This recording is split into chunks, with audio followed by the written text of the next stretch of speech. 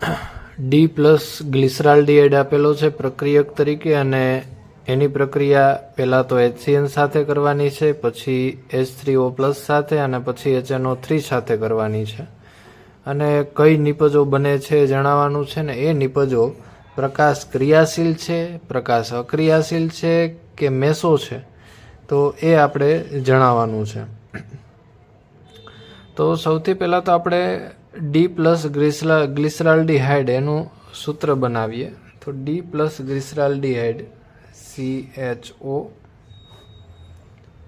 CH2OH D plus કીધું છે એટલે કે અહીંયા જે OH ગ્રુપ છે એ જમણી તરફ આવશે.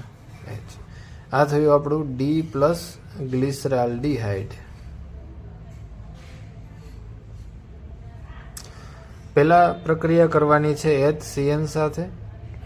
તો HCN સાથે પ્રક્રિયા કરતા આપણને 2 ચાન્સ મળે છે. HCN સાથે પ્રક્રિયા કરી એટલે કે 1 કાર્બન વધુ ધરાવતી આપણને નિપજ મળશે. અને CHO છે એનું રૂપાંતર OH અને H માં થઈ જશે. આ કાર્બન સાથે એક OH અને એક H જોડાશે અને એક સાયનાઇડ જોડાશે. તો ટોપ ઉપર છે આપણે સાયનાઇડ જોડી દઈએ CN, છેડે CH2OH. ત્યારબાદ આ જે CHO છે એમાં OH છે એ જમણી બાજુ એક વખત દર્શાવીએ અને એક વખત ડાબી બાજુ દર્શાવીએ. ત્યાર પછી આવે છે OH અને H. બીજી શક્યતા એ છે કે CN જોડાય છે, અહીંયા CH2OH. હવે બીજી શક્યતામાં એ છે કે જે અહીંયા OH છે એ આપણે જમણી બાજુ જોડેલો એને એક વખત આપણે ડાબી બાજુ દર્શાવીએ એટલે OH H OH H. તો આ પ્રકારની આપણને નિપજ મળશે. ત્યાર પછી પ્રક્રિયા કરાવવામાં આવે છે બંનેની H2O with H+, એટલે કે H3O+ સાથે પ્રક્રિયા કરાવતા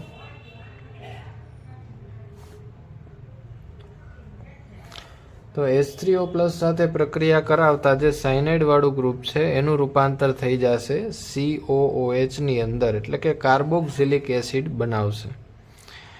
તો COOH CH2OH OH OH H H. અહીંયા પણ એ જ રીતે COOH CH2OH H OH OH H. અને લાસ્ટમાં પ્રક્રિયા કરાવવામાં આવે છે HNO3 સાથે. તો જ્યારે પણ આપણે HNO3 સાથે પ્રક્રિયા કરશું સાંદ્ર નાઇટ્રિક એસિડ સાથે, તો CH2OH ગ્રુપ છે એનું રૂપાંતર પણ COOH ની અંદર થઈ જશે.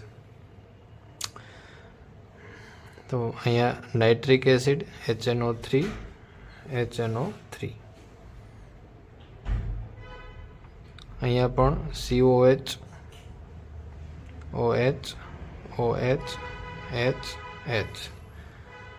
એવી જ રીતે અહીંયા પણ COOH COOH H OH OH H. તો આ પ્રમાણે આપણને 2 નિપજ મળશે. હવે આપણે નિપજને ઓળખવાની છે કે એ કઈ નિપજ એ પ્રકાશ ક્રિયાશીલ છે અને કઈ નિપજ છે એ મેસો છે. પ્રકાશ ક્રિયાશીલ કોણ છે અને મેસો નિપજ કઈ છે એ આપણે ઓળખવાની છે. તો આપણે જાણીએ છીએ કે જે સંયોજનની અંદર કાયરલ કાર્બન આવેલો હોય તો એ પ્રકાશ ક્રિયાશીલતા દર્શાવે છે. જેમ કે આ પહેલી નિપજની વાત કરીએ તો એની અંદર 2 કાયરલ કાર્બન એ આવેલા છે. આ બંને કાર્બન કાયરલ છે. અને બીજી નિપજમાં પણ 2 કાયરલ કાર્બન આવેલા છે. પણ પહેલી નિપજ છે એ પહેલી નિપજ પ્રકાશ બિન ક્રિયાશીલ છે. કાયરલ કાર્બન આવેલા હોવા છતાં પણ એ પ્રકાશ પ્રત્યે ક્રિયાશીલ નથી. તો શા માટે ક્રિયાશીલ નથી એનું કારણ છે આણ્વીય સમમિતિ. તો એના અણુ છે એ સમમિત છે, બરાબર. આ બાજુ આપણે પ્લેન પસાર કરીએ તો બંને બાજુ સરખી રચના બને છે. તો આણ્વીય સમમિતિ ધરાવતું હોવાથી એ પ્રકાશ બિન ક્રિયાશીલ છે, જેને આપણે મેસો પણ કહી શકીએ. અને બીજી નિપજ જે આપણને મળે છે એ પ્રકાશ ક્રિયાશીલ છે. તો આ આધારે આપણે કહી શકીએ કે આપણને બે નિપજ મળે છે, એમાં એક નિપજ મેસો પ્રાપ્ત થાય છે અને બીજી છે પ્રકાશ ક્રિયાશીલ મળે છે.